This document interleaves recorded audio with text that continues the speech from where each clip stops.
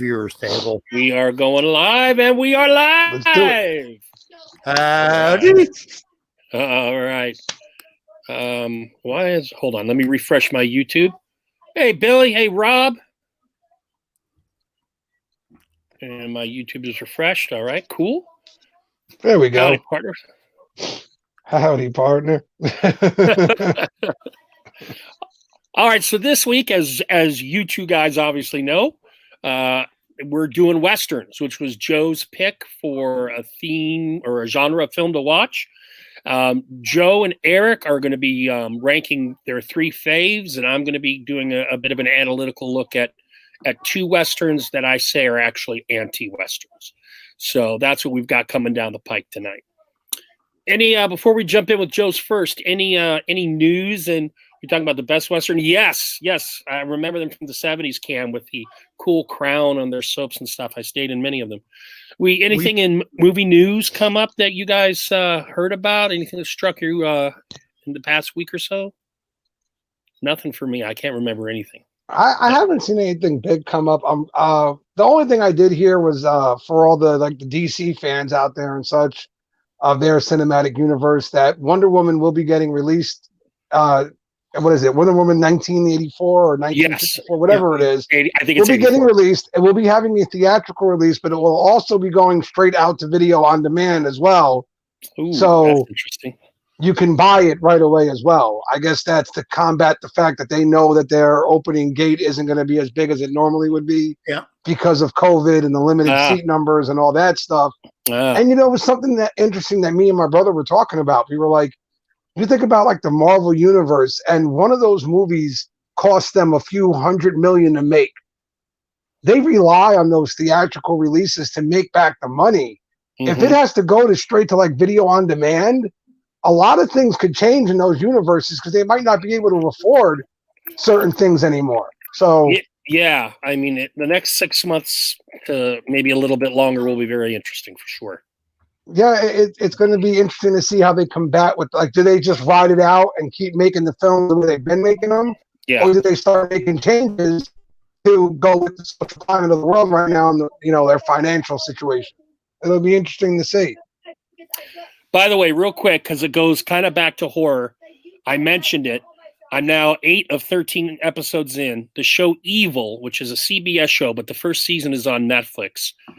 If you're into exorcism and Catholic Church and that kind of stuff with a little bit of skepticism thrown in there and psychology, I'm really liking where this is going. For a network show, it blows me away. It's a good show. If it were a Netflix show, I'd be like, this is a good show. But as a network, a CBS show, that thing is really, really good. And they're filming season 2. And remember, the lead male actor is I forget his actor's name, but he was Power Man on the Luke Cage.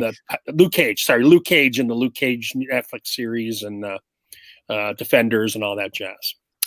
All right, guys. Puzzly Bearded, what's up, brother? I saw you come in here. Beard Code, Devin, what's up, my man? Let's go ahead and jump in. Joe is going to lead us off with his number 3 pick. Yeah, and before I do that, though, I just want to tell everybody a real quick show that you might want to check out that's for free. If you have Comcast or whatever, the American Heroes Network, they have a show called Gunslingers, okay? And it takes you through it's an hour-long episode. Each episode is different. They've got tons of names you'll recognize, such as the Jesse James, Billy the Kids, Wild Bill, all those. But then they also have some names you might not know, like Wild Bill Doolin or John Wesley Hardin and guys like that most people may not have heard of, but these guys were really the baddest of the bad out there. The famous ones people talk about are good, but these guys were evil in a lot of ways, man. They were just evil personified. So is that the series? Is that the series that had the African American sheriff from Oklahoma territory? Bass Reeves. Yes, sir. Bass Reeves. Yes, sir. Uh-huh. He is supposed to be the real inspiration behind the Lone Ranger, Bass Reeves. Right. That's supposed to be the real inspiration behind it.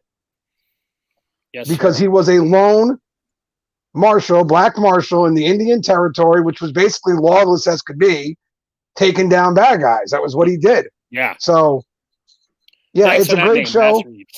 And another good one is also Blood Feuds from the same from the same channel. Another awesome show. But you and I must have hit that channel up at the same time and just checked all those good series off. Yeah.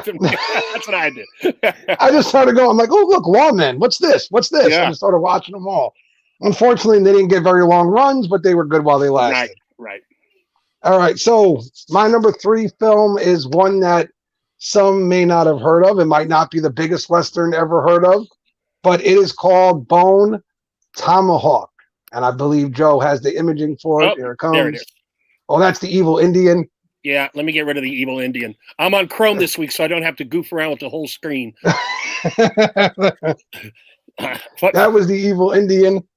The Bone Tomahawk is another one of Kurt Russell's amazing ventures into the Western world. There we go. And there's Kurt in his true sheriff-looking form, tapping into the Wyatt Earp days all the way, right? So you've got Kurt Russell and Patrick Wilson are the big names on this bill, right? And the crazy part is this film has a budget, okay, of $1,800,000. Wow. That's how much they spent to make the film. And crazily enough, though, it didn't even make it back. It only grossed $392,000 worldwide. Wow. And a lot of that was attributed to the fact that they didn't push a lot. They didn't put a lot of commercials out there or social media things out there about it when the film was coming. They thought that Kurt Russell's name on a Western bill would be enough to draw in fans. I guess they figured the Wyatt Earp thing and Tombstone and all that would be enough to get the Western fans to come out. But since the movie has been released and after it got out of theaters, as has happened with so many other films throughout time, it has begun to gain an underground following. Fans have found the movie and have fallen in love with it. And the reason for it is because it touches on something that not many Westerns do. It's a Western horror flick. And I mean, they do it so well. It's your classic sheriff has to go out and track down a woman and save her and rescue her from the big bad guys, right? That's almost every Western in history. But in this one, they take the twist of giving you evil, like really evil, sadistic Indians that they actually call troglodytes. And that's the picture that Joe had up before. Okay? Now, a troglodyte Indian was basically just meant a cave dweller. That's really all it means. A troglodyte's a cave dweller. And there was research and such that have shown that once upon a time, Indians did use caves as their home. And I guess just playing off of man's own imagination, the way we would see things, they would look at Indians coming out of a cave as one of the scariest things on the planet back then. Remember, Indians are evil to these guys. They raid everything. They destroy everything. We have to drive them off, take the land, all that good stuff. So you got Kurt Russell as Sheriff Hunt. You have Patrick Wilson as the husband of Doc, which is, his name's Arthur. Lily Simmons plays his wife, Samantha. And really, though, the person who steals the screen every time he's on it is Richard Jenkins playing the deputy Chicory. Chicory is an old, he's been through hell in his life. He lost his wife. He doesn't even remember to feed himself half the time at this point. He's got to be reminded by the sheriff. He's probably the worst deputy walking because he's not going to get the drop on anybody. He's old, he's slow, but Kurt Russell trusts him. The character trusts Chicory. He believes in Chicory and he wants to help Chicory more than anything else and give him a reason to keep living, because without his wife, he feels like his reasons are gone. So it all starts with David Arquette and Sid Haig, actually. That's the funny part. They make cameos in this film as well, where they are grave robbers. They kill people and steal from them. And they're in a territory robbing an Indian grave, basically, not knowing that it's one of these troglodyte graves. And they run into the nice men doing this to Kurt. See that? Look at that. That's beautiful. That is a bone tomahawk blade being shoved into his tooth. I winced when I saw this.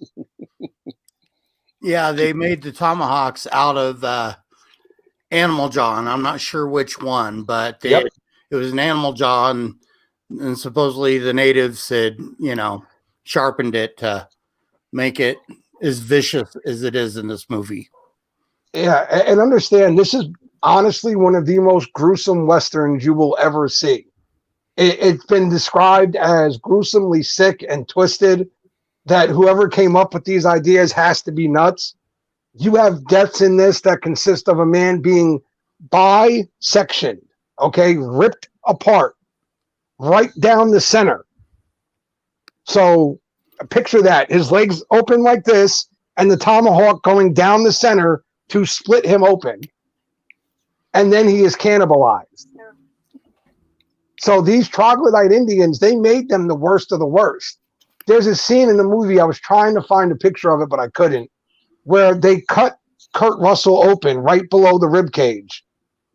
They then take his flask and heat it up in the fire and shove the flask in the opening that they've cut into his body. Yikes. Like, I mean, they go pretty far with this, and it's all, again, Arquette and them piss off these Indians. Arquette runs to the village called Bright Hope, trying to hide, basically. The Indians then follow him, take him, kill him, kidnap the doctor, and that means everybody's got to go find Doc now. So you get this little crew of guys who go, and you're thinking Kurt Russell, Patrick Wilson, right? Chicory's got to be dead. That's what went through my head. The old man's dying here at some point. There's no way he's surviving this. And yet, realistically, he's the one, spoiler alert, he's the one who walks away the least scathed in the situation. I don't know if it was just because he was old and the Indians felt bad. They just wanted to leave him be. But he walks away the least scathed. Kurt Russell goes through hell at every turn, essentially. But he goes out like a man. Like the Kurt Russell stock rose in this scene, man. He goes out like a man fighting off that monster. Brett Berlin, it is on Amazon Prime. You can watch it for free. Yes, Amazon Prime. You can watch it for free, and it is definitely worth a watch. If you're a Western fan, if you're a horror fan, this one checks off all the boxes. I believe Rotten Tomatoes gave it a 90% on their grid. If you care about what Rotten Tomatoes thinks, I don't know, but was that critical or audience, Joe? The Rotten Tomatoes. That was critical. Wow. Yeah, they gave it a 90 on their critical score. They loved it. They really loved it. The acting is great. The cinematography is amazing. Some of the shots they pull off, things like that. And the best part about the whole thing is that it plays off of just the human emotion. And a lot of it is off Patrick Wilson. He's part of the posse, if you will, going to find his wife. He's already hurt. His leg is hurt from the beginning of the film. He got hurt fixing his roof or something like that. And he can't keep up with the guys. And you play off that emotion of him knowing his wife is out there with a ruthless group of Indians and he wants to get to her, but he can't. And then yet at the end, he drags himself into this damn cave.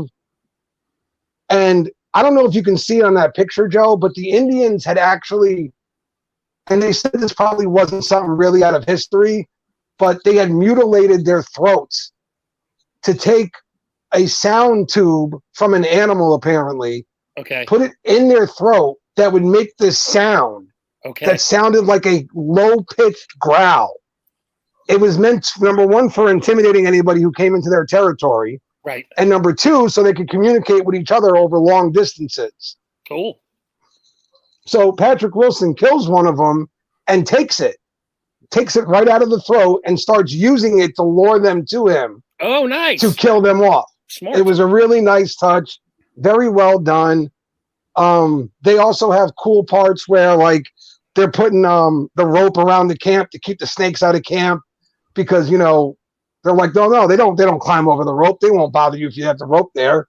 I love it when I see that in movies that they actually thought that back then, that a rope would stop a snake from climbing into their bed. I always thought that was kind of cool. So Bone Tomahawk is amazing. It's a great film. And if you guys haven't watched it, I highly recommend it. I'll put it to you like this. Everybody loves Tombstone, right? I'll put this performance by Kurt Russell up against his Tombstone performance any day of the week. He kills this movie. He is amazing in it. Awesome. I'm definitely going to check that one out, Joe. You did a very good selling job on that. If it were an oil, I'd be going to the company and buying it right now. All right, so that is Bone Thugs and Harmony. No, that is Bone Tomahawk, and that's available on Amazon Prime for free. All right, I love that. Eric always tries to make his films available somewhere. I'm not that nice, so you might have to purchase mine or rent mine or whatever.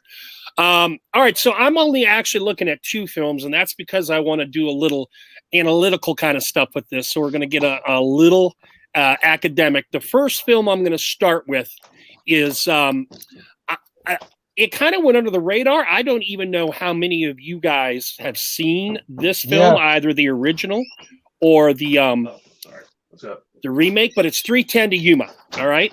Okay. It was originally a short story by Elmore Leonard, who, if you've heard of his name before, he's probably had about 2 to 3 dozen of his stories turned to film. Quentin Tarantino is a huge Elmore Leonard fan. In fact, Jackie Brown is an Elmore Leonard story as well. The original was made in 1957, and the remake, this one, which is what I'm focusing on, is in 2007, so on the 50th year anniversary. It was about $50 million to make, and it made about $71 million. So it made money, but it was hardly a blockbuster.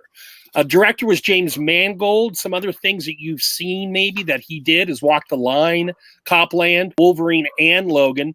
And he's slated to direct the upcoming Indiana Jones movie. In the original film, Ben Wade is played by Glenn Ford. He's captured and he needs to get on the 3:10 to Yuma to go to Yuma prison, be tried, and probably hanged. Dan Evans is played by Van Heflin, and he's a rancher who just needs some rain so that his cattle can survive. Dan Evans becomes part of the posse to try and get Ben Wade to 3:10 to Yuma. So that's the idea.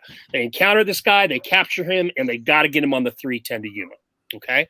Now, the new film follows that same basic plot, but the characterization and screenplay show vast differences, and it makes the modern 3:10 what I call an anti-Western dressed in a Western's clothing. The Western being a genre, right, we have some expectations that come in, and we call these expectations, these recurrent things, we call them tropes, right? So Joe or Eric or anyone in the chat, give me a couple tropes from a Western. What are things you expect to see once you know you're watching a Western? Good guy versus bad guy. Okay. Yeah. Good guy versus bad guy. Good guy saves a damsel in distress. Okay, good. A damsel in distress. Okay, so those are themes, Eric, which is good. And what you're hitting on, Joe, is what we call an archetype, which is a character type. But that's all good. You're right. Those are archetypes and themes we would expect to see. What are just like, random everyday items? What are other tropes that we see every day that we expect? Horses, right? Yep. Yeah, your horses, your 6-shooters. Let's see. Repeater rifles. Yep. Stetson hats. Your Stetson hats. The Stetson hats were always big in the Westerns. Very good. Very good. So all that jazz. Saloons. Yeah, saloons. Yeah. So when we watch 3:10 to Yuma, the remake, we've got all that stuff. It's set post-Civil War, but not 1900. I think it's supposed to be set around the 1880s. All right. Russell Crowe, who plays Ben Wade. Let me get his handsome mug up there. He plays Ben Wade. He's dressed all in black and rides a black horse. All right. So even in costuming and everything else, he is supposed to be the bad guy. However, he's a guy we actually like. He is a cold-blooded killer. There's no doubt. In fact, he shares a line with a doctor in there, because Ben Wade is very notorious. He says, "Is it true that you murdered a wagon full of miners?" And without missing a beat, Ben Wade says, "No, that's a lie. It was a train full." All right, so this guy is a cold-blooded killer. He's so cool. A man who gets what he wants. He's a man looking for a way out. He has done this job too long, and he's starting to look for a way out. And he's a man with an alcoholic father and a prostitute mother who was left at 8 years old at a train station with nothing but a Bible. All right. So, and this is something of the modern film, is to put some of that backstory and some of that psychology to build a more complex character as opposed to the traditional man in black. Dan Evans, who is played by Christian Bale, he is a flawed hero and he's a disabled Civil War vet. He lost part of his lower leg in the war. He's a rancher whose cattle are starving because their water has been blocked off by the landowner. Dan hasn't paid the mortgage yet, and they think the railroad is going to run right through his land. So the whole reason his water was blocked was to try and get Dan off that land, so this guy can sell the land for even more since the railroad's coming through. He has a teenage older son that butts heads with him all the time. He has a younger son with tuberculosis, and he has a marriage that's slowly falling apart. So the guy that would be the quote-unquote hero, the white hat, is Dan, and he's not anyone you want to cheer on. And then the third guy is Charlie Prince, who is played by Ben Wilson. I'm going to go back to these photos of Ben and Dan, but I want to show you Ben Wilson real quick because some of you might be familiar with him, but you don't quite know his name. He's been in a lot of films. It's just that he hasn't had a huge starring role in most of them. He co-starred with the new Captain Kirk in a Western. I forget what it was called. To Hell and Back, to Hell or High Water. Get off of the screen. Hell or High Water. Did any of you see Hell or High Water? If so, one of the two lead males in that was this actor who I absolutely love, Ben Wilson. There he is. I know who you're talking about. Yeah. Okay. Ben Foster. Sorry, Ben Foster. Thank you, Ben Foster. Now, he plays Charlie Prince. He's Wade's right-hand man. He's violent without scruples. He's loyal to a fault. Or is that something besides loyalty, which we'll examine in a little bit? Everything in the film looks like a Western. I talked about Wade being in all black. There are horses and saloons, all the things you guys are mentioning. I saw some responses in the chat, railroad train cattle. That's all window dressing. This is how the film and its modern sensibilities break conventional thematic ideas of the classic 20th century Western. What I'm about to tell you. And that's why I call it an anti-Western. Let's start off with the first time we see Ben Wade, the guy in all black, he's drawing a hawk, and there's a hawk sitting on a tree. There's a huge stagecoach armed with a Gatling gun coming. He and his gang are going to rob it. He's stolen the equivalent of $5 to $10 million in 2020 from the same railroad in 22 different robberies. So they've armed a stage with the Gatling gun. They're getting so sick of him. And he's bored. He prefers to admire nature. And we will also see him draw 2 other times. All right. So our classic bad guys in, think of Jack Palance and Shane and stuff. We're not seeing like their artistic side as the introduction to the character. All right.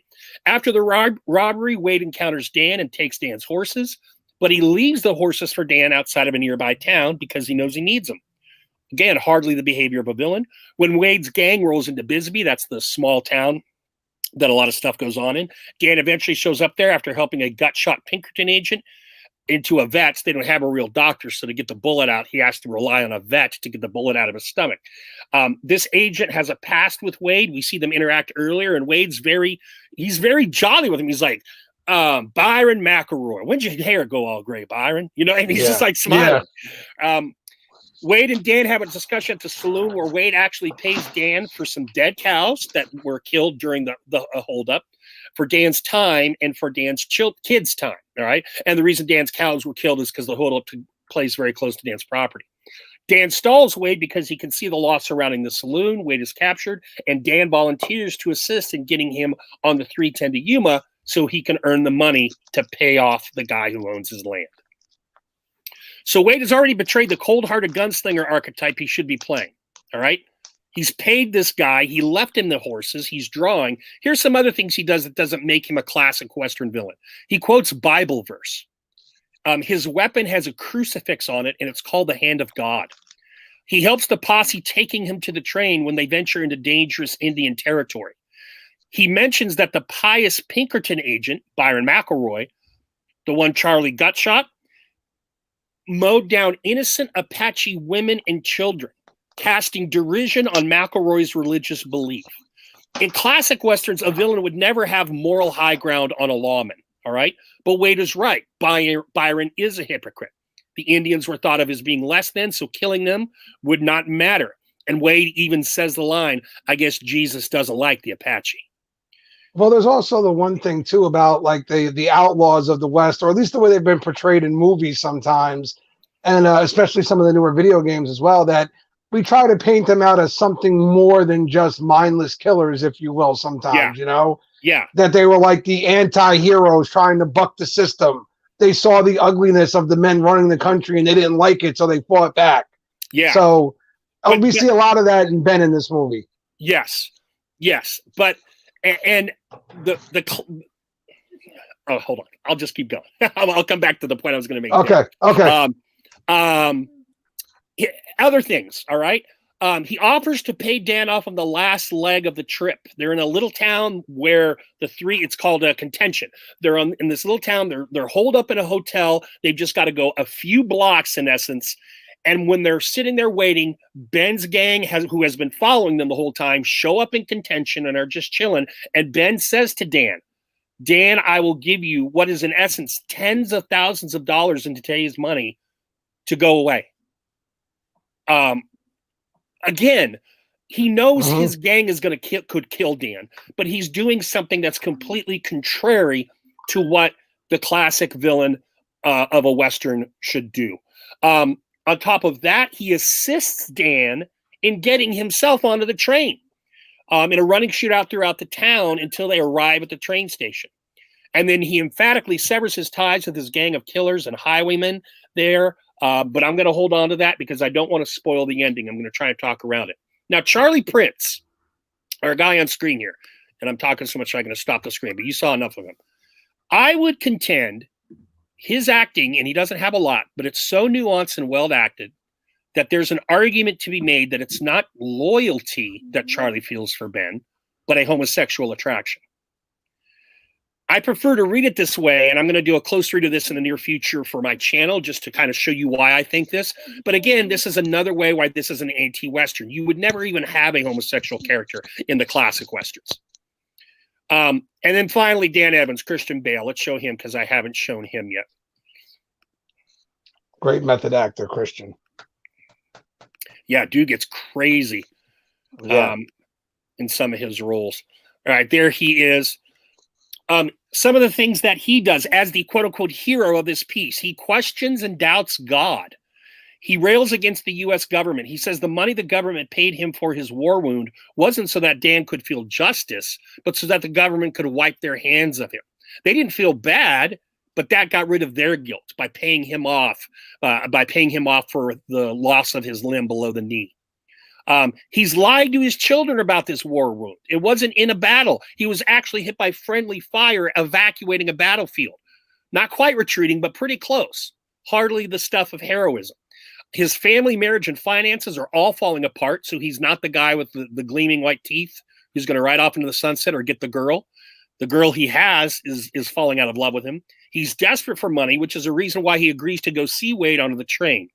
In fact, the reason he's in Bisbee is he's hawking the family's last valuable item, a brooch, to buy time so that he can hopefully turn it around because it's so bad that the cattle are starving. It's not even that he can sell them. They are starving. He's trying to buy some time and talk to the guy who's blocking the water and convince him not to.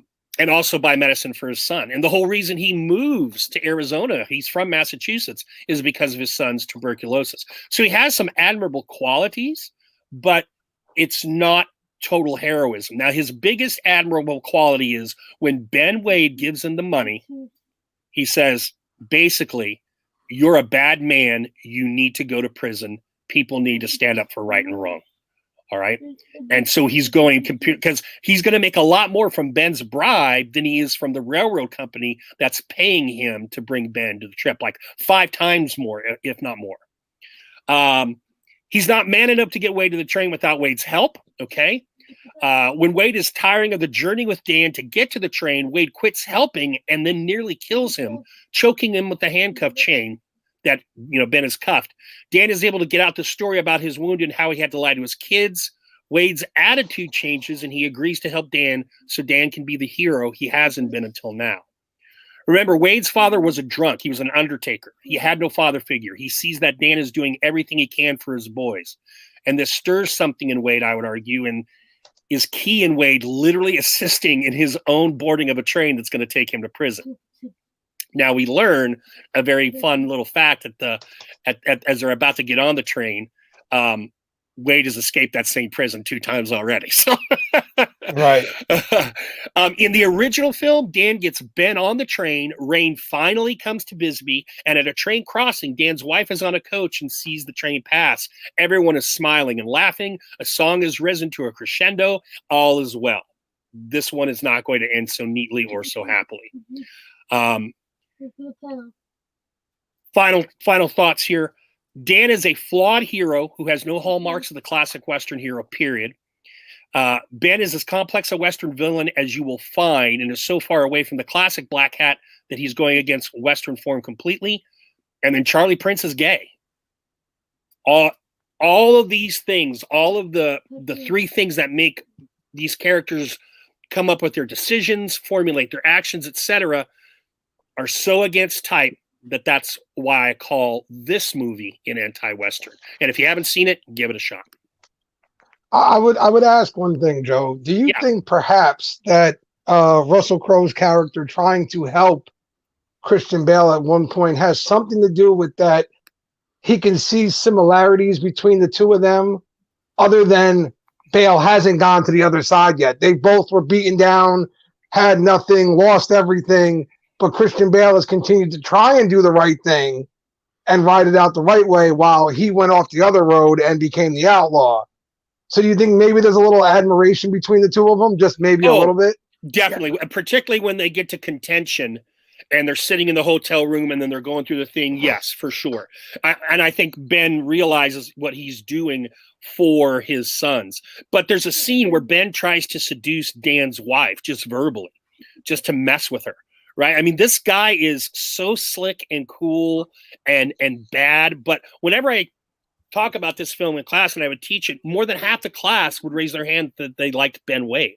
And I'd get 2 hands for Dan. You know, Ben Wade is a very likable scumbag. He just is. I love Ben. I don't know what to tell you, man. Ben. He is the epitome of what a bad guy should be, in my opinion. He's just as badass as they come. Yes. All right, Chef. All righty. For my number 3, it was mentioned in the chat earlier, City Slickers. Oh, like, no. No. City Slickers. Hunt for Curly's Gold. Nope. That didn't make my list. My number 3 is relatively recent. It's a movie called The Duel. It stars Woody Harrelson and Liam Hemsworth. And it came out in 2009. And just one second. Let me get the chat back. The premise of the movie is Woody Harrelson plays it starts out 2 years after the Civil War. And Woody Harrelson was a commander in the Confederate Army. And so afterwards, he and some former Union guys live in the same town, and they have a hell in a duel where they each get a knife, and it's how you settle the score. And their non-dominant arms get lashed together, and it goes until one guy's blood covers the ground, or I don't remember the exact terminology. Well, Woody Harrelson, the guy that he kills, ends up being Liam Hemsworth's dad. So Liam Hemsworth, was old enough to watch this and see it and everything. Well, down the road, he becomes a Texas Ranger. And everybody knows about Texas Rangers. And the governor wants to send him in undercover because they think there's some hanky stuff going on in the town where Woody Harrelson is now kind of the mayor. He's also the preacher, one of those snake handling preachers. And there's been some Mexicans that have been disappearing, and the colonel of the Mexican army talked to the governor, and so kind of sending him in. And very reminiscent to me of it's like a Western version of Apocalypse Now, in my opinion. Okay. Very cool. Yeah. And Woody Harrelson, obviously, the bad guy. And a little juxtaposition, which is pretty cool in this, is he's almost always wearing all white, not a white horse, and he's the bad guy. And then Liam Hemsworth has a dark horse and is in dark colors all the time, and he's the good guy. So little play there, but I really enjoyed it. It's on Netflix. Like I say, it's one of the more modern ones I have. But like I say, if you like Apocalypse Now, this isn't up to that standard, but very reminiscent, set in Western times, post Civil War. So, and it's got the bad guy tries to take the good guy's wife, all the classic stories that you expect to see, good guy versus bad guy. And Woody Harrelson does some despicable stuff. So I'm not no spoilers or anything like that. But I think it's a really good watch, and it's definitely one of the more unique ones when it comes to the last decade or so. So nice. Very cool. I haven't seen that one yet, but it's on my list of ones I want to see. Yeah, and I'm a big Woody Harrelson fan. I mean, so I started watching him when he was on Cheers, and then he, kind of continued that comedic role with White Men Can't Jump, and then kind of flipped the script and made himself next level when he did Natural Born Killers, and proved that he could play a badass as well as a goofy sumbitch. So, yeah. All right, Joe, go ahead with your number 2. I was just making sure Eric was done. I don't want to step on Eric's toes. No. He's got the hat on and everything. I don't want to make the gunslinger mad today. I like how Eric takes these genres seriously, so that's good. Oh, yeah. It's fun, man. Have a good time with it. That's all. All right, my number 2 film. Again, you might have seen it, you might not. We're going back to 2003 here, and we're going to a Kevin Costner classic, in my opinion, movie titled Open Range. And Costner, he helps write this one, he helps produce this one, he helps direct this one. He's all over this one, right? And it's actually part of what they call TIG Productions, which is Kevin Costner's production company, which is responsible for movies such as Open Range, The Bodyguard, The Postman, Wyatt Earp, and Dances with Wolves. So it's been responsible for some of Costner's bigger films that he's put out there, right? So 2003, again, starring Costner and Robert Duvall. And a little funny thing here is Costner refused to have his name as number 1 on the marquee. He had too much respect for Duvall, apparently, and too much admiration for him to put himself before Robert Duvall. So he demanded to the studio that Duvall's name be number 1 on the marquee list, right? It had a $22 million budget, and it actually winds up bringing in $68 million worldwide. Yeah, that's good. So, not an overwhelming hit, but they did triple their money, so that's not bad when you're making a movie, right? No, that's good. So you have this is the movie that taught me a term I had never known before. I did not know what a free grazer was. I had no idea what free grazing even was a thing, right? Why would I? I didn't grow up in the West. I didn't grow up in the cattle industry or any of that stuff. So why would I know the term? Well, apparently Costner and Duvall, who play characters named Charlie Waite and Boss Spearman, they are free grazers, which basically means they have a head of cattle. They've got a certain amount of cattle, but rather than having a ranch or a home somewhere, they go from place to place grazing on the land. And once they're done in that area, they move on to another one, never really setting down roots. They go from area to area, trading their cattle, doing whatever, making their living. And this comes at a time when apparently free grazing is becoming a no-no in the country. And while at its core, the film is about these certain characters, the reality is it touches on a much bigger issue back in those days. And that was the free grazers going up against the big ranchers. And the one did not like the other. Now, the free grazers didn't have so much of an issue with the big ranchers or the big cattlemen It was the other way around. Big cattlemen didn't like it when free grazers came through their territory. They felt like they were stealing from them, basically. So they would do all they could to destroy their cattle and ruin their lives, basically. They would murder these men in the middle of the night with no cares at all, because the way they felt was they were the worst of the worst. Free grazers were scum, and they really get that point across in this film. Even at one scene where Costner and Duvall walk into the bar and ask for a drink, and the bartender says, there's a sign that says no vagrants will be served. And he says, you see that sign? Free grazers are vagrants around these parts, and turns away from them. So free grazers are thought of as just the worst of the worst. And I didn't even know what the term meant going into the film. So I like it when a movie teaches me something new, right? Yeah.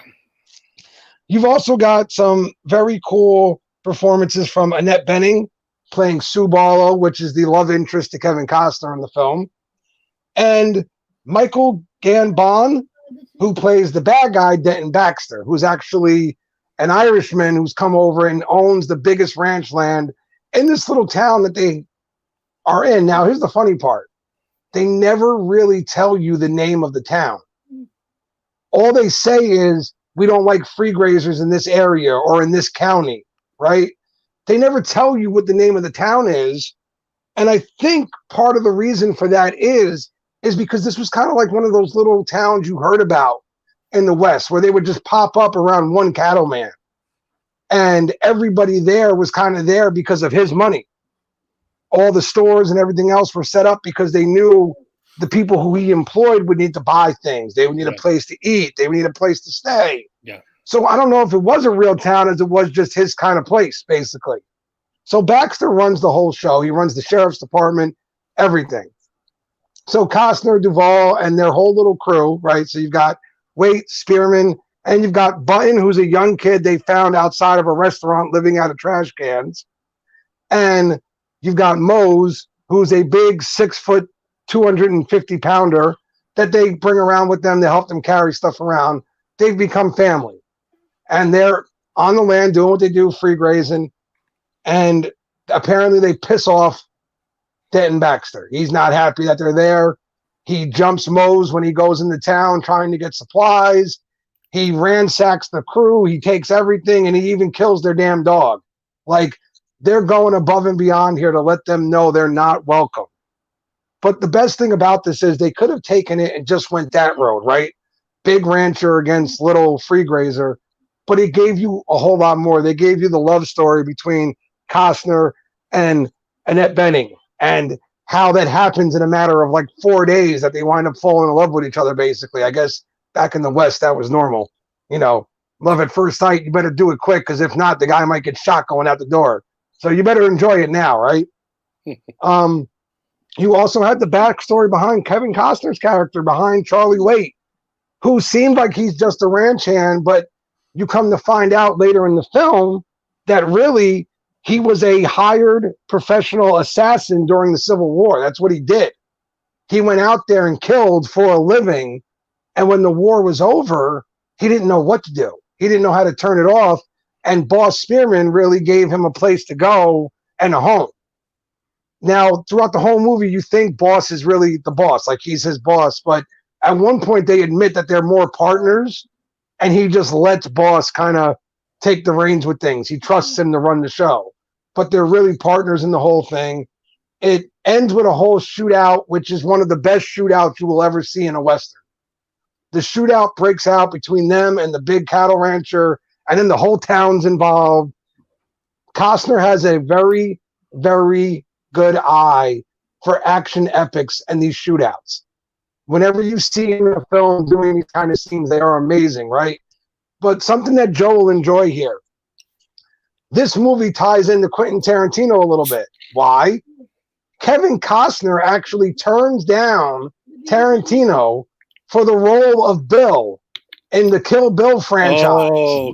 Wow. To make this film.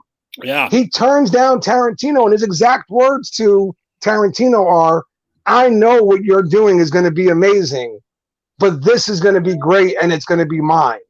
So I'm sorry, my friend, but I have to go this way. Right. It's weigh the options, I guess. to me, being in a Tarantino film would take everything, but that's just me. Right. I'm not Kevin Costner, you know? Right. Well, Costner also had part of the production company. You know, Yes. so making himself money on multiple ends as opposed to just making actor money. Yeah. Yeah, and just a couple other things. Duvall was always going to be Boss Spearman. If he didn't get Robert Duvall to play that role, Costner was going to step away from the movie. His production company would not do it. He saw Duvall as Boss Spearman. If he didn't get him, he was walking away. He told them, I won't do the film without him. Mm-hmm.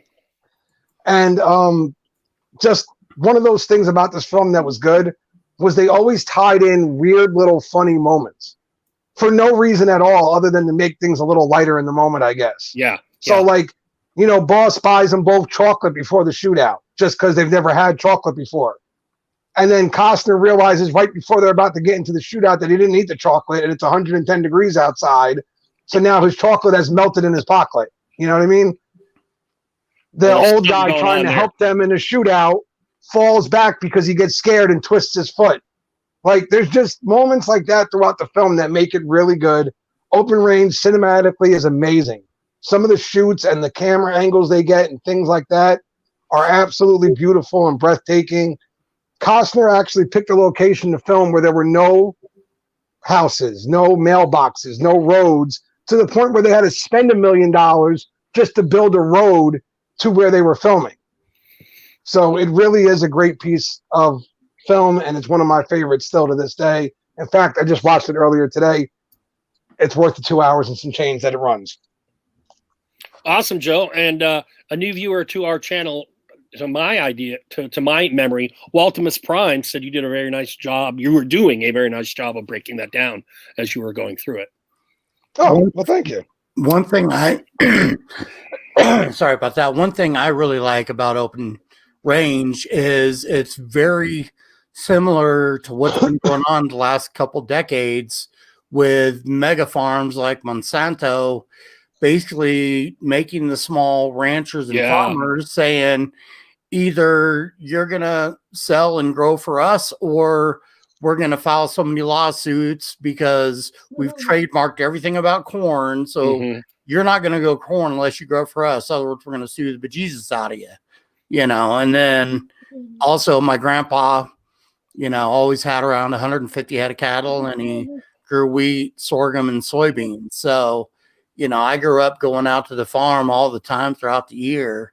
And so, yeah, a lot of the, you know, the free rangers going against the big cattle barons still going on. You know, you got Swift Meat Packaging going against all these small little organic, you know, grass-fed beef companies. You know, in Colorado, that's a lot of money. You know, we've got some of the best beef in the country here, you know, when it comes to like Cattle Crate meat and Laster, and, you know, so that's one reason that I love Open Range. Well, you could even make it a lot simpler, right? This was corporate America against the mom and pops of the world. You know what I mean? Like, that's essentially what this story was. This was a free graze ran outfit run by a guy named Boss Spearman who had a lot of integrity.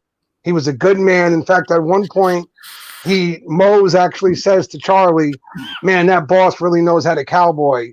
And Charlie says back, yeah, they broke the mold when they made him. There's nobody else like him out there. Like, he's just a good man all around. Everyone loves him, and he won't back down to the cattle baron, basically. He refuses to give to him. And that's a classic theme of Westerns. I mentioned it a little bit with 310 to Yuma, the guy who owned Dan's land. He's a big landowner, a lot of money, and he's just going to shove Dan off his land and not care about what happens to his family. Very classical theme of the you know, big business, big industry, big guy, whatever it may be, in the little man, little family. Are you good, Joe? Don't want to step on your toes. I'm good, brother. Go ahead. You're up. All right. So I'm going to do one movie in two parts. God, I hope if you haven't seen this, I hope to goodness you will. This is a modern Western made about 12 years ago. No Country for Old Men. How would you not seen it? How would somebody have not seen it, Joe? How would that happen? I don't know. If you have any questions about it, you can ask me. I also did a 11 or 12 part breakdown, full analysis of this film on this Amazing film channel. bits on that one, by the way, Joe. That was great, dude. You killed that one, sir. Thank you, man. Basically, we're going to look at the three main characters, and again, show why this is an anti-Western. And I'm going to start with the two "quote unquote" good guys, and next round, I'm going to talk about that dude in the center. Llewellyn Moss. God, I love Josh Brolin, but I love Josh Brolin in W because I thought he did such an amazing George W. Yes. Bush. I mean, it was, but as far as acting goes, and I've seen him do a lot of different things. This is the film for me, man. I love this character. Now look at him. You know, he's got the plaid shirt. He's got the hat. He's got a rifle. The surroundings. I mean, just looking at it, it seems like it's a Western.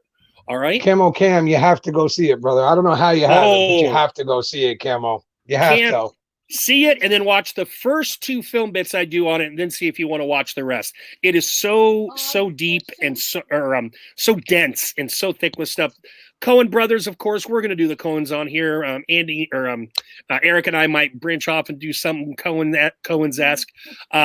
4 Academy Awards, including the first, maybe the only Coen brothers directorial award. Interesting trivia note: the Academy won't let two people win a directorial award. So I guess the boys flipped a coin, or they're going to flip flop. I forget if it was Joel or Ethan that won that technically won this Oscar, and then the other one, if they get another one, will win that one. So Moss, he comes across a drug deal gone wrong while hunting antelope. What's very interesting is he's going around with these trucks. They're dead pit bulls. They're dead men. There's a ton of heroin sitting in the back of the truck. The movie is set in 1980, and this push of drugs into Texas, particularly into more rural Texas towns, is a key point. It's in the bigger cities, but now we're starting to see it creep into some of these more rural locations of Texas. When Moss is encountering all this death and carnage, he's totally nonplussed. He's like he'd seen it, a million times before. So that's very interesting. So he's strong and stoic.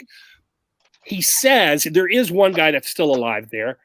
He talks to him, but he's very mean about it. He tracks down the guy because he can't find the money. So he tracks down the guy who has the money, the ultimo hombre, and we see his tracking skills. He's got this skill set that's, you don't get it in too many places, right? And he even says, there's a great line, he says, if you stop, you stopped in shade, because it's a hot ass day. And as you can tell, there's not a lot of trees, so he zeroes in and he gets the money. A good guy in a Western would probably turn that money into the sheriff. But we see he's got a wife. They live in a trailer.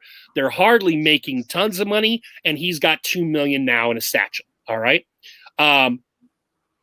He straddles the line to me of, I think he's a true antihero because we really root for him, but he has no problem breaking the rules to serve his own needs. But we see he has some morality. As he's laying down that night, he says, all right, then. And he goes and he gets a gallon full of water because the one live dude he encountered wanted water and was very afraid that wolves would attack him. And Moss even says, I ain't got no water, as he's looking around the guy's truck and as he's taking a pistol off the guy because the guy's been shot and he's messed up. And then Moss goes back that night to give him water, finds the guy has been killed, and this starts Moss on his journey of having $2 million of a drug cartel / individual who is buying its money and them wanting to get it back. Okay. No problem, Healthy. Thanks for stopping by, Billy. Now, be good, Billy. The next guy would be our classic hero, played by one of my favorite actors, Tommy Lee Jones, playing Ed Tom Bell. And this is really where we flip the Western paradigm. He is the sheriff. Yep. And he is completely inept. He's inept in that he's always one step behind the quote-unquote bad guy, Anton Chigurh. He can never get ahead of Chigurh. And he's also realizes that Moss has the money, so he's trying to save Moss. However, whenever something happens, and we can tell he's got worldly wisdom, but he's a small-town sheriff. He has never seen anything like this. It's where the title of the film comes from. No Country for Old Men. He's seen crime, and he says in an opening voiceover, I knew I'd always have to risk my life at this job, but I don't want to put it on the line for something I don't understand. And he's now encountering stuff he doesn't understand. So he's very reticent to get into it. In fact, we learn later in the film, he's thinking about retirement. And by the end of the film, we see he has retired. So this is a sheriff that's completely given up. He's always behind Chigurh. He can't help Moss. And I am going to spoil shit in here, so sorry. Moss winds up dying, so he can't do that. There is nothing he does that's sheriff-like.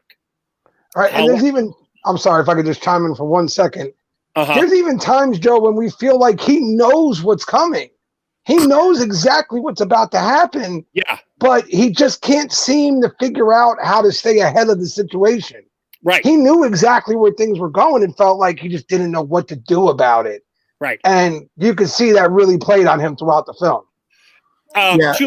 Go ahead, Eric. Go ahead. I was going to say, yeah, you could really see this was, the 80s was kind of the beginnings of the Mexican cartels bringing stuff in. And as a sheriff, he just had, before that it was weed, and, just kind of coming in, and it wasn't near as ruthless as it was when the heroin and the cocaine started flooding in. Yeah. And I think that's another way the kind of ineptness came in is this is, he had never seen an organization that was that bloodthirsty and ruthless in his area. Ed Tom Bell provides some wry humor, not like gut-splitting humor, but he always has these like little one-liners that might make you grin, just these kind of old South Midwestern witticisms and just other, kind of stating the truth in a cooler way. But he is completely a horrible sheriff. A couple more things on Ed Tom Bell, and then we're going to move on. Just to emphasize how bad a sheriff he is, right? I told you he retires. I told you, that he doesn't save Moss. He's got a deputy that's just like, hey, sheriff, the DEA's showed up. Should we go out to the scene? And Ed Tom says, any more bodies accumulate? And Wendell says, no. He's like, well, then I guess I'll skip it. And then there's a second reenactment of that where Wendell's like, let's go check it out. And he's like, nah, we don't need to. The one time we see him do his job is he's sitting in his office. He looks out the window and he goes, oh, hell, gets in his car and pulls a car over. It was the car that went out to pick up all the bodies at the drug deal. And some of the tarp had come off that was covering the bodies, and he tightens it down. So the one time we've seen him enforce the law, it was for a traffic violation. All right. Right. Meanwhile, he's got all of this stuff going on around him that he literally will not engage in. That's all I've got on Ed Tom and Llewellyn. All right. Well, a bunch of guys have mentioned it in the chat, and I'm just going to go ahead and say why. The reason that none of us put Tombstone on our list is because it's almost a given that everybody has watched it multiple times. Yeah. Everybody knows the entire plot. So we just kind of didn't want to beat a dead horse, so to speak. Yeah. Does anybody not know the line, I'm your Huckleberry? Does anybody not know that line at this point? Like, or seen that T-shirt? Right. Yeah, I mean, at this point, we all know Val Kilmer killed the role. We know Kurt was amazing. We know it was a great movie, but it's been done so many times, man. We wanted to bring you guys some different films here. Right. That's kind of a philosophical mission of ours, is to also help you maybe look under some stones and find some stuff that maybe you hadn't heard of. Because, yeah, I mean, I'm sure we could go through a laundry list of really cool Westerns that we have not hit on tonight, but it's not like we're limited to one Western episode. We could come back and revisit this in the future.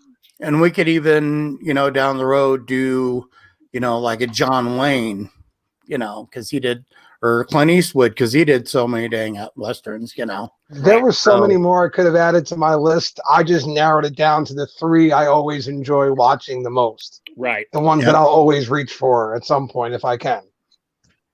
Well, if you've never watched Tombstone, then, check out PBS. It's probably on there, 3 or 4 times a week. your library, which I use my library to get movies all the time. It's a great free resource. Camo Cam's never seen Tombstone either. What is going on with Camo Cam? And dude is a history major, right?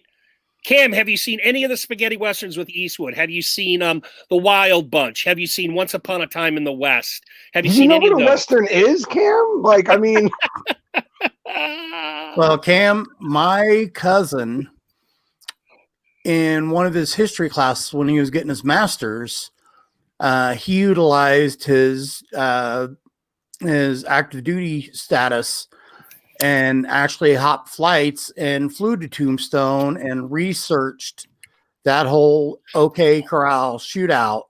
And he went into their archives and everything else. So as a history guy, Cam, telling you, even if it's only loosely based, it's still got enough blend of fact and fiction to make it easily the most popular Western of the last 20, 30 years, I would say. It's always going to be loosely based, though, because most of the accounts of people who were there is one side or the other in it, you know? Right, but either they were heavily in favor of the Earps or they hated the Earps and they're on the other side of the coin. But I think your third choice or your first choice has a lot more truth to it than, you know what I'm saying? But yes, sir. Let's not skip. We got Eric second. Skip. Eric, you're up, Eric. And Dagon Blazing Saddles is one of my all-time favorite Westerns. I don't know if that movie or any of Mel Brooks' movies, except for maybe a Young Frankenstein, could be made today. But my number two is, cinematically, it's okay. It's very predictable. But I saw it in high school in the theaters, and it's just a guilty pleasure. And that's the Western classic that came out in, let me see what year it came out. I've had some brain injury, so I have to pull up different pages. No problem. I'm not sure what year it came out, but the movie Young Guns. Young Guns with shrouding the mystery behind one of the greatest figures of the West. Movie Young Guns. Oh, sorry, just a second. Okay, that's better. Hit the wrong page. Young Guns with the Sheen brothers, Emilio Estevez and Charlie Sheen, Kiefer Sutherland, Lou Diamond Phillips, Dermot Mulrooney. I mean, just great cast, phenomenal. Lou Diamond Phillips, kind of the whole Brat Pack from that day, part of that group. And, cinematography, the cinematography was really good. They filmed in some beautiful areas. Yeah. And another one of those classic small guy versus big guy role, there were two mercantile stores in the town, and one was the rich bad guy, and then he kills the good guy, and then the good guy had taken in all these young punks and kind of was trying to educate them and turn them into productive members of the society. But then when their guy got killed, they get deputized and they end up shooting people. And another really cool thing about it, it does involve Billy the Kid, and Emilio Estevez plays Billy the Kid. And it's an interesting take, kind of a little comedic, but very interesting take. And I, just the acting in it, okay. Plot, okay. But entertaining, yeah. And one of my favorite things about the sequel is John Bon Jovi gets killed in the first few minutes. New Jersey's own. Yeah. Listen, I don't appreciate your shots at Mr. Bon Jovi, okay? Wow. Jovi to you. Mr. Jovi, speak well of that man. I'm busting chops. But yeah, if you haven't seen it, it's on Amazon under the IMDb, so you will have a few commercials. But one of my favorite things is at one point they are lost and don't know where to go. So Lou Diamond Phillips, playing a Navajo, decides to make some peyote drink, and go into the spirit world to get some directions. Well, he had experienced peyote before, and it was very religious for him. And then you see the other guys that are just like out of their heads. And you got Charlie Sheen looking at all of them because he thought it was a heathen activity, so he didn't have any part of it. And, Kiefer Sutherland's getting Poetic. really, really intense on some poetry for his China doll. And then you got Dirty Steve. Do you see the size of that fucking chicken? And then favorite line in the movie for me, and I'm not going to ruin it if you haven't seen it, but when they're going through the Native American town and they're all still on the peyote and in the spirit world. I'll leave it at that. Yeah. Brett throws a quote from that section of the movie into the chat, I think. Oh, okay. Yeah. Excuse me. I'm from Jersey. All right. We defend our own around here. Yeah. Relax. But yeah, Brett Berlin, why ain't they shooting us? Because we're in the spirit world, asshole. Yeah. Yep. Us. Or Billy riding through going, howdy. We're in the spirit world. I saw that in the theaters when it came out, so it's been a while. Same here. But it's always been a guilty pleasure. Like I say, it's not going to go down as one of the best Westerns in history or anything like that, but very entertaining, great gunfights. I have to agree with you here, Eric.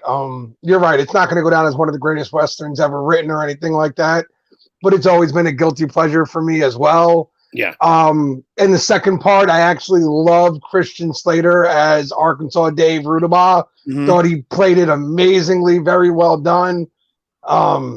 I just thought the whole thing was very well done. And I mean, again, it's filmed from the accounts of Brushy Dave Roberts, who claims he's Billy the Kid, right? Some odd years later, after Billy's supposedly dead, he claims he's the real Billy and that him and Pat Garrett were in cahoots and Pat let him slip away, basically.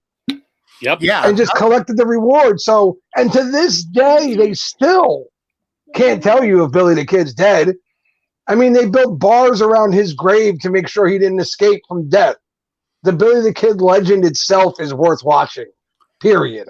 Yeah. And on that aspect, even though they involved some of the same characters, the fact that they went as a telling of history from Billy, Billy the Kid's part, made it a sequel that was very worthy of being watched. Mm-hmm. And Camo, love the movie, love the soundtrack. I consider that more of a revolutionary tale, or not a revolutionary, more of a Civil War movie than a Western, even though it's got similar elements. But that's it for Young Guns for me. All right, Joe. Number one, as he clears his throat. Yeah, 1 second there. Sorry. All right. Number one is, oh God, I love this movie so much. It's got the longest title in history, so I'm sorry already. But still, it is the 2007 the assassination of Jesse James by the coward Robert Ford. Like I said, it's got a really long title, and apparently it was in Brad Pitt's contract that they couldn't change the title either. So there you go. You were getting that title. It was happening. So again, the lore around Brad Pitt and the history behind it and everything else. I mean, this man was essentially a legend while he was walking the earth. Most guys become legends after they're gone, and their stories grow after they die, right? No, Jesse was a legend while he was walking the earth. He was hunted, he was hated, and he was loved by everything. The normal people in America loved Jesse because they saw him as a Robin Hood, which to all accounts wasn't exactly true. He wasn't a real Robin Hood. He didn't rob from the rich and give to the poor unless he was poor, because that's who he gave the money to, himself. But I've always loved the Jesse James lore. All right, so This is a star-studded affair here, right? You've got Brad Pitt, Mary Louise Parker, Casey Affleck. You've got Sam Rockwell, and you've got Jeremy Renner, who goes on to play Hawkeye later on in life, right? So you've got a lot of known actors in this. I mean, Casey Affleck, yeah, we know he's the little Affleck, sure, but still, he's cut his chops in the world. People know who he is. But He's earned his spot. To me, Joe, this was the movie that put him on my radar. Absolutely. His performance as Robert Ford, he plays it so well that you're actually creeped out by it. Mm. Like you're uncomfortable for Jesse James at times. It just feels weird, right? So again, star-studded, and because of that, it winds up with a budget that actually, to me, Joe, seems a bit low for the kind of star power they had. It's got a $30 million budget. Yeah, you figure that at that point, Pitt was probably getting between 10 and 15. Right. You know, and I figure that supporting cast is another 10 and 15 by itself. And then when you look at where they shot the town, they built the town for it and everything. Yeah. You think it was a lot more than that, but no, $30 million budget. Okay. And it was actually a disappointment in the theaters. It only grossed about $15 million. It was top film. A huge disappointment. And I think because the reason for that is because it's very much a narrated driven film with a lot of facts, very information driven. And that's not a bad thing, but it's hard to sit in the theater for almost 3 hours of that, I think, for some people. And when the reports got out of how well it was acted, but how much of it was just dialogue and interaction between them, because the one thing this isn't your classic shootout Western. This is the story of Jesse James, essentially, at the end of his life. This is how Jesse was, and it also gives us more of an insight into the Ford brothers and who they were, who Robert Ford was, why he did what he did, right? So it's amazing that Jesse James has created this lore around him, and of all the films around him, the James family has actually come out and said that this is their favorite. And the reason this is their favorite is because they said, number one, they said they watched Brad Pitt and they felt like he was Jesse James. Period. Nice. And number two, they said by all accounts from what Jesse had written and from what the Ford family had spoke of, that Casey Affleck came as close to Robert Ford as anybody else they'd ever seen try and pull it off. So those two, they felt nailed the roles completely. And because of that, this is their favorite film because it's also the most factually accurate film out there about Jesse. Most of what is told in this movie, it's not a fictionalized tale. Mm-hmm. It is real fact-driven information based off of what happened, down to the time where I can't give spoilers here. It's all out there, right? Mm-hmm. When Jesse James gets assassinated, to where for the first time ever in the whole movie, you see Jesse without his gun belt on. And according to everyone who knew him, you didn't see that very often, period. Jesse didn't take his gun belt off for nothing. But for some reason that day, he said, I'm going to go ahead and take my gun belt off while we eat. I don't want the people walking by to spot my guns. Which seems like an odd statement to make back then because everybody had a gun belt on, right? Right. So it doesn't really fit why he decides to take it off. And then again, just completely out of nowhere, he says, doesn't that picture look dusty? And he stands up to dust the picture off, almost as if he's telling Robert Ford, like, if you're going to do it now. Yeah. Because by all accounts, Jesse wasn't happy. They said he had his eyes stained shut, like he didn't sleep. He was driven with insomnia. He was just paranoid as can be. He saw Pinkerton agents everywhere at this point. He didn't trust anybody. And they said he was very sick. Like he was just not a very healthy man at this point in his life. Now, whether he had actual illnesses or he had just driven himself crazy through paranoia is one or the other, right? But what you really learn in this film is that Robert Ford was a creepy little man. Okay? He was a very creepy little man. That's just a fact. Creepy little man. Joe, am I lying? No, not at all. This is a creepy guy. This is a guy who is watching Jesse take a bath. Yeah. In admiration. He goes and lays on Jesse's sheets. Yeah. And takes his one finger and shortens it to act like Jesse and runs him across the sheets. Yeah. He collects Jesse's souvenirs and memorabilia and stuff like that. He is Jesse James' biggest fan. But as Jesse puts it at one point, what I can't figure out is that you want to be around me and you want to get to know me, or you want to be me. And I think what Jesse meant by that was, I don't know if you love me or if you're just jealous of what I have and you want it. You know, and Robert Ford winds up, you learn that he's really picked on through most of the movie. His brother picks on him. Jesse's family picks on him because the Fords and the Jameses are kind of intertwined here later on in life. The Jameses need a new gang, and the Ford brothers are part of the new gang, right? Mm-hmm. Charlie Ford is the older brother. He's very affable. He's funny. People like him, right? But Robert Ford is the weird little kid that nobody wants to hang out with because they're afraid that while you're sitting there playing cards or something, he's trying to figure out a way to skin you alive. He's just very odd. Nobody likes him really the whole film. I don't think you can name one person you can say is his friend. Mm-hmm. It's not until he actually kills Jesse that he gets the recognition that he wants. Now, you can say he does it for the recognition, he does it for the reward, or he does it because he feels threatened by Jesse at this point. But he does it. And he's soaking it all in. He loves it all. But he finds out real quick that the world loved Jesse James. Yep. And the irony to it all is they turn on him again. And he goes to being the most hated man in America, basically. Jesse James, just a thought here, right? Yeah. When Jesse James died, you got to take pictures next to him. It was a national holiday. Jesse James is remembered everywhere. Yeah. Robert Ford gets killed by what was his name here? Hold on. I got it here. I know I got it here.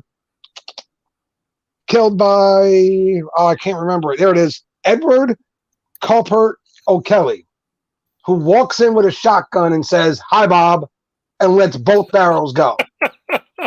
That's great.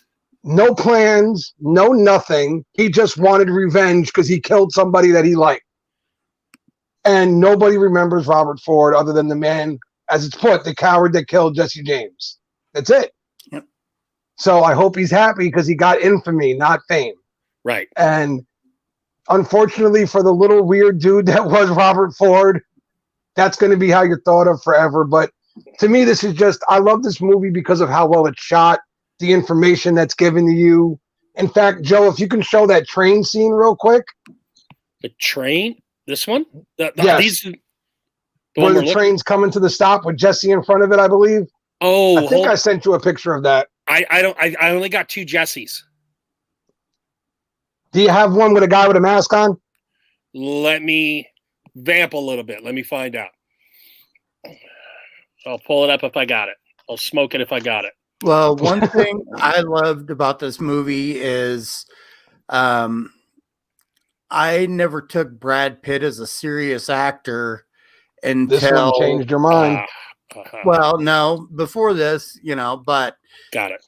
Now I think he's amazing, because even though what was that movie where he was playing the Austrian? I went and saw that movie on a date, and his Austrian accent was so bad, I left my date in the movie theater and went in and watched another movie. That's how bad it was. Let me see. Let me pull it up on IMDb. Here's your shot, Joe. Okay. Sorry. If you can pull that up real quick. All right. So this shot here, actually, of the train stopping. Now that's Jesse James in front of the train. He puts the mask on. He stands in front of it. They take logs and lumber, lay it on the train track to make the train stop. The director actually said that when they filmed this shot, at the end of it, he turned to Jesse James and he said, "I will never make a shot as good as this ever again." Oh, nice. This is the perfect take, and I'll never be able to do something better than this right now. So maybe I should just retire now. And him and Jesse, of course, joked because, well, Brad Pitt, of course, joked because he said to him, Well, you could, but you don't have my money yet. So why don't you keep going and make some money? Basically. Yeah. Yeah, again, I guess it's a little sad that Robert Ford wanted the fame and all that stuff. And he winds up being laughed at really in history. He's a joke. He's the guy who turned on Jesse James because really he was Jesse's friend. Yeah. Now, Jesse might not have treated him like the nicest guy on the planet, but he did put a roof over his head more than once. He did feed him. He took care of the Ford family more than once. They were friends. Jesse trusted him in a lot of ways, but didn't trust him because, again, he just didn't know if he loved Jesse or wanted to be Jesse. Right. And I think that made Jesse uneasy, didn't know really how to take the guy, It was just an amazing film. And again, I love the Jesse James lore, always have. And to me, this was the best movie they could have put out while putting the facts down for you. The Pinkertons all over Jesse, willing to pay a guy like Robert Ford to take Jesse out, really. Right. So it's really a well-done movie. And for me, it's one of Casey Affleck's greatest performances and one of Pitt's better performances, that for me at least. Yeah. I'm sure there are others that people love, but this one for me is one of his best. Well, Casey Affleck is finally getting the cred that he deserves because when he got nominated for Manchester by the Sea, which is one of my favorite super depressing movies that I enjoyed. Because it was not a happy theme. There was not, much happiness involved in it. And Brad Pitt, the movie was 7 years in Tibet. Right. I didn't date that girl much longer after that. She wasn't very happy with me. I didn't get no love in that night, but love Brad Pitt in a lot of different roles. But one of my favorites still is his role in True Romance. Yeah. Also, if you haven't seen this, it is available right now on HBO On Demand. And it's also available on Hulu Prime, apparently. I didn't know Hulu had a Prime, but apparently Hulu Prime membership. So it's also up on Hulu. I got it. The original cut. Watch it again. The original cut for this show, Eric, 4 hours. Wow. 4 hours long, the original cut, because their original mission was to tell the entire story. They didn't want to leave anything out. Yeah. Down to little conversations that Jesse had in saloons and stuff like that. Like, they wanted every account they got from everywhere to put out the whole facts of it, right? And that's why apparently there is some master edition out there on Blu-ray that has the full 4 hour edition on it. And I really want to get my hands on it. Yeah. Yeah. Good stuff, Joe. Very good stuff. Yeah. Great movie. And all that good background on it too. Okay, I'll transition over to Anton Chigurh, of course. Greatest. Just often, one of the greatest characters ever written, Joe. Yes, and I'm glad you called him a character because he often appears on movie bad guy lists. And I'm going to argue he's not the villain in this piece. I'm going to argue we have kind of a failed hero, and I argue that Chigurh is an anti-hero, and I'll tell you why. But this is, again, another reason why this is an anti-Western. Firstly, our failed sheriff of Bell doesn't do anything. Okay, so he's completely reversed the mold. Now, Chigurh, if you think about Chigurh within the context of his job, he is amazingly effective and efficient. And it's not like, okay, yes, morality tells us, well, we shouldn't have these guys that are hitmen and whatever, but there is a place for them in a segment of society. And this isn't just a Western, it's kind of poly-genre, but Chigurh, a lot of people say he's a maniac. In fact, he is called something like maniac, crazy, lunatic by multiple people, except Ed Tom Bell, who says, I think he's a ghost because he keeps, popping up to where Ed Tom Bell can see him and then not really see him. Also, he never wantonly kills anyone. If you go back and track all the people he kills, there is a purpose behind all of them. Mm-hmm. And 2 people he gives a chance to have the coin flip. One of them won and one of them lost.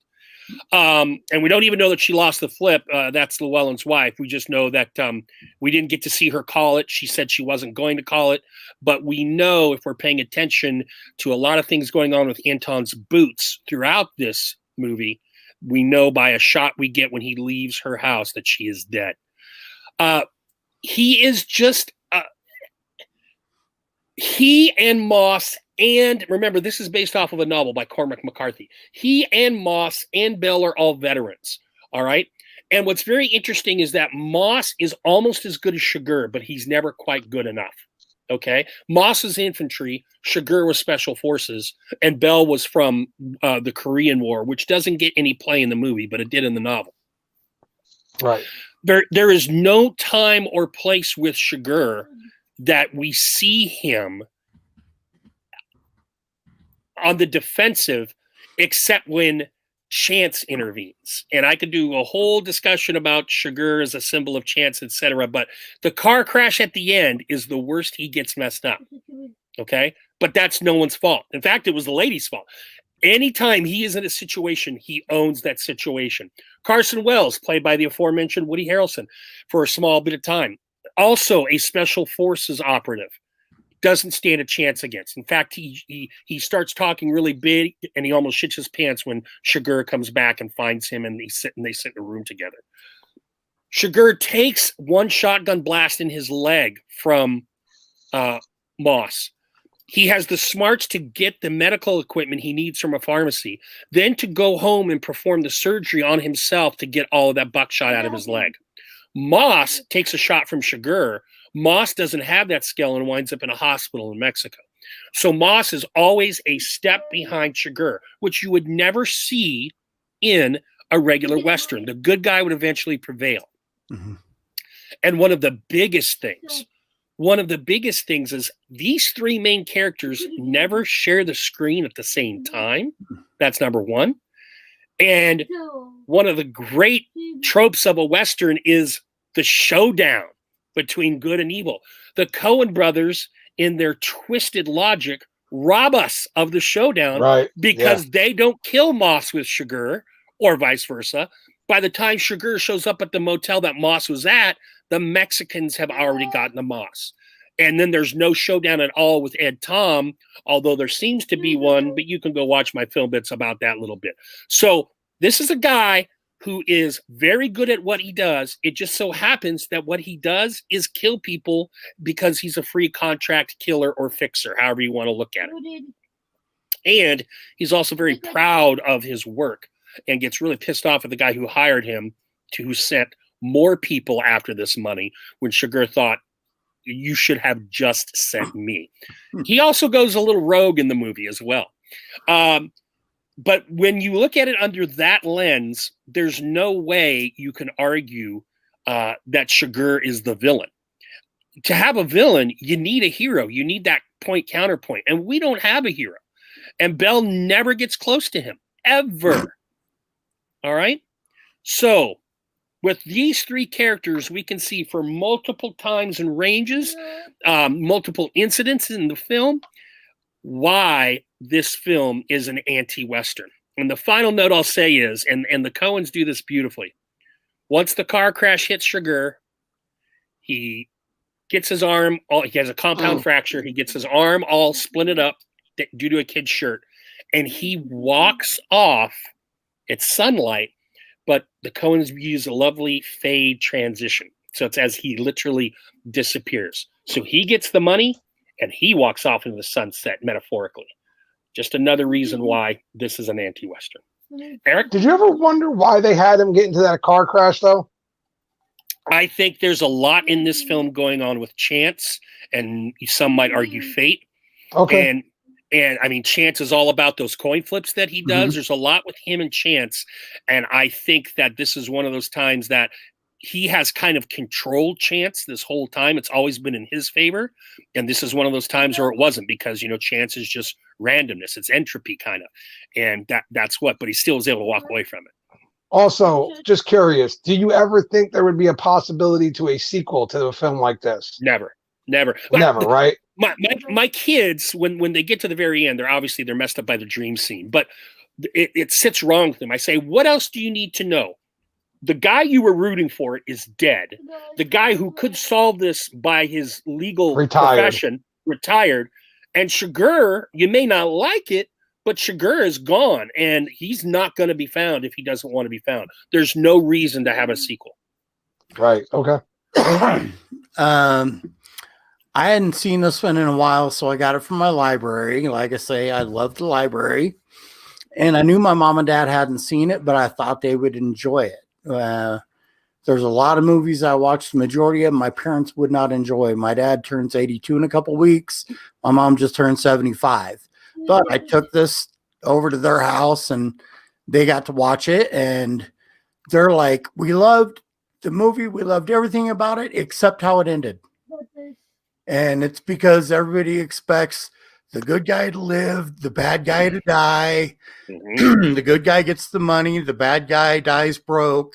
And, you know, the Coens to me are one of my favorites just because no matter what genre they do, they freaking kill it. Yeah. Oh, yeah. And I mean, Raising Arizona, Big Lebowski, some of the best comedies in my opinion. And then, you know, you've got their dark comedy stuff like Fargo, and then you've got their noir stuff like Miller's Crossing. I mean, yeah. And one of the things I also try and do, Eric, is those movies where the end, and you know it's a good movie, but the ending leaves you flat. To me, that's just an invite to watch that thing again, because there's a reason that ending left you flat. You didn't catch it. Now you need to go in under close inspection and really, you know the plot and everything, so now you can go in and look at why those things happen and maybe find some satisfaction.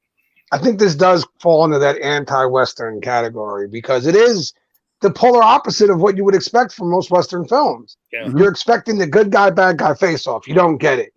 The lawman, the sheriff, is completely inept and doesn't seem to know what he's doing. Like, you're right, man. And it's a beautiful play by the brothers. They do a great job with the film. And again, Anton Chigurh is one of the greatest characters just ever written. The scene where he's pulling pellets out of his leg, and I mean, and he just looks stone cold in the tub, just dead faced. Yeah, pluck. And also, he's got one of the most interesting methods of killing somebody for a hitman. Yeah, I've never seen the air gun used. Now that's funny you say that, Eric. He only kills one person with that weapon. It's much more a lockpick for him than a method of killing. He kills that guy at the very beginning, but we see him use shotgun, we see him use pistol, we see him use sniper rifle, but everyone focuses on that one killing because it's such a cool damn weapon. Yeah, that was cool as hell. Come on now. Yeah, but not very effective. You got to be in a range of like 2 inches. I would guess that it's effective in the sense that it's silent as well. Yes. So if he wanted to sneak up on somebody and just and walk away, that's where it would be effective.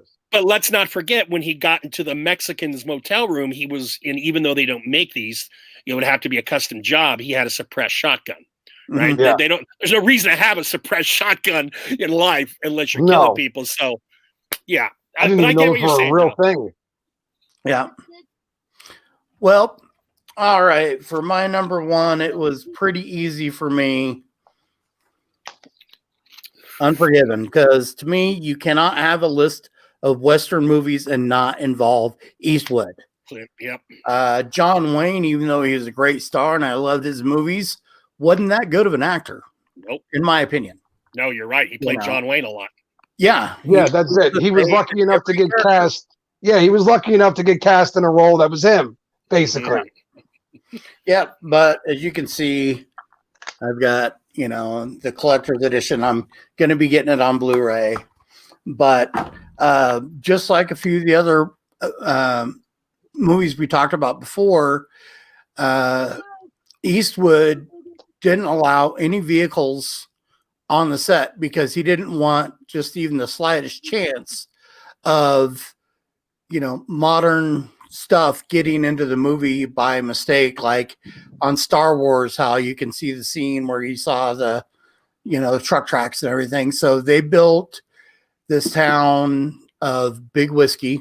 They built it out in the plains up in Canada. And, they had to build the entire set. But the reason he wanted it like that is he didn't want to see telephone poles, nothing, didn't want to have people scrubbing, and Eastwood, a lot of people think it was his first directorial thing. It wasn't. No. I think he had directed 13 before this movie, but this script had been around since 76. Wow. I didn't know that. And he discovered it in the 80s and was wanting to direct it. And the guy they wanted to star in it, just one second, I always forget his name.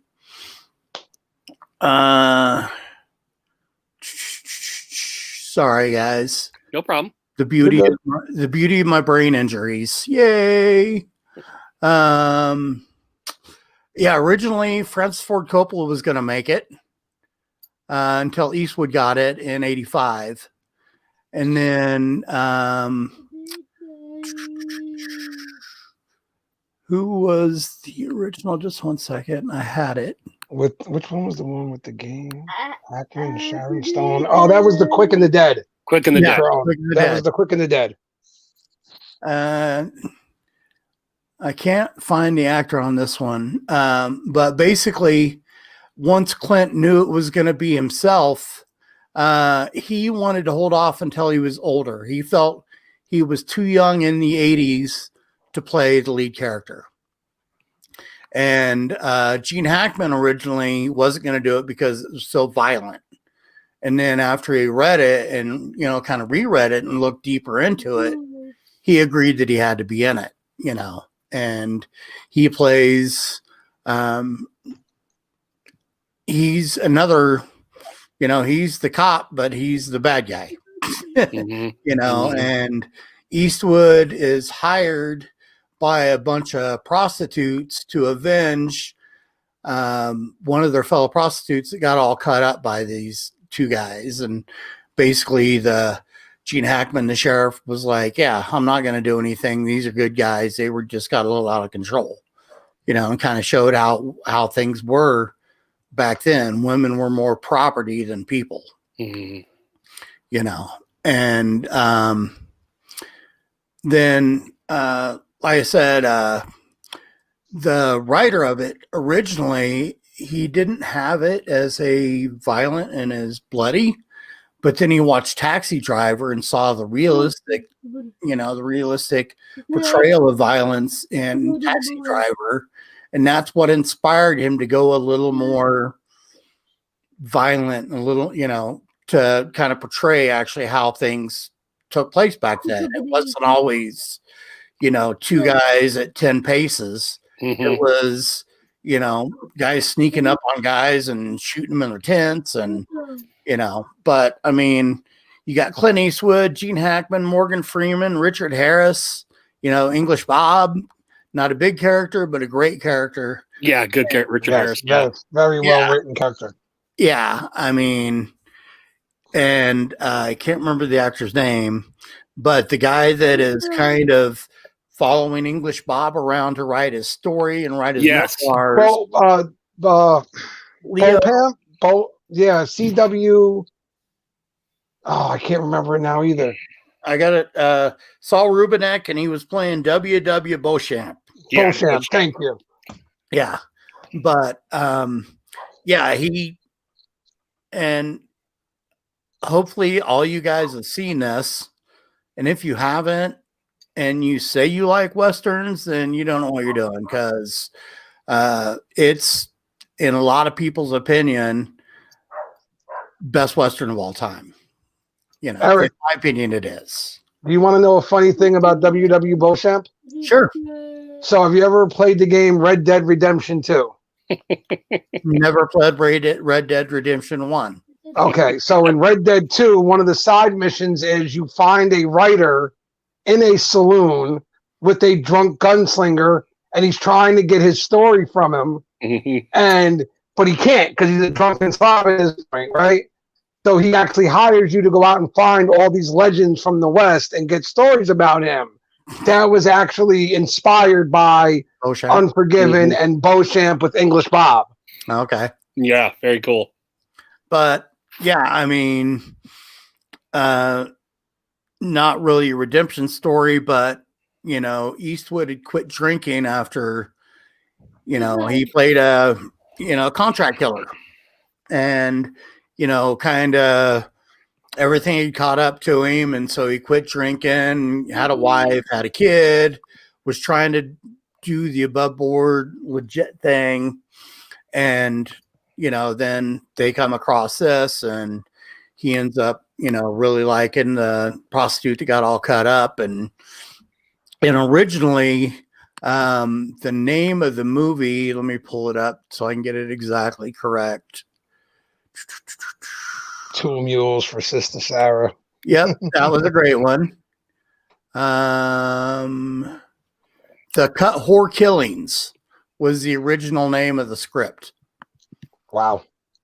So, but yeah, I think, like I say, if you think you like Westerns, or you say you like Westerns and you haven't seen Unforgiven, you've really been missing out. And it won 4 Academy Awards. And, since then, look at all the stuff that Eastwood's done, with directing and writing and directing. I mean, yeah, Gran Torino, $1 Million Baby, which is a true story. The Mule, another true story. Eastwood he's the man. Those two World War II flicks from the American and the Japanese perspectives, which I love. Yeah. Also in Unforgiven, great performances by Hackman and by Morgan Freeman. Both of them deliver fantastic performances. Hackman just played such an anti-sheriff asshole. Like, it was so well done. Yeah. You couldn't wait for that guy to die. You just couldn't wait for him to get, because he just walked around like he couldn't be touched. Like he was the toughest guy going. So you're like, man, I hope Eastwood puts a shotgun to your head and let's go. But very well done. Awesome acting. Just amazing movie all around. Great choice, Eric. I mean, Hackman was similar to a lot of lawmen back then. Whoever had the money, my grandpa used to always say, the man with the gold makes the rules. And back then there weren't uniform laws. Yeah. They say he adopted a lot of Hackman's persona from Wild Bill, because Wild Bill was much like that. Like, if you didn't obey his laws, he was gunning you down in the streets, and that was that. There wasn't any talk. There wasn't any of that stuff. Yeah, he was definitely the cock with the walk in that movie, man. All right. So that's our take on Westerns Part 1. We will be back in 2 weeks with what I'm calling a grab bag, where we're each going to choose a film, watch each other's film, and discuss those 3 films. All right. So for those of you still in here, we appreciate your time and your patronage. And we're out, boys.